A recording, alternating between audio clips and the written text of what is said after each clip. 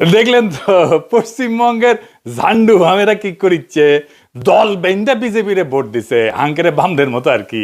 গত ইলেকশনে আওয়ামী লীগ বামেরা দল বেঁধে যেমন বিএনপির ভোট দিছিল উনকা আর কি। ফলাফল তো দেখিছেন, মমতা এবং তৃণমূল ধরাশায়ী হয়েছে, বিজেপি বিপুল ভোটে ভূমিধ্বস বিজয় পাইছে।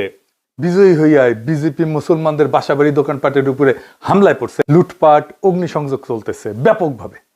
পশ্চিমবঙ্গের বাঙ্গুরা বাংলাদেশে প্রগতিশীলতার নামে ধর্মনিরপেক্ষতার নামে হাসিনার ফ্যাসিবাদকে উলঙ্গভাবে সাপোর্ট দেওয়া গেছে।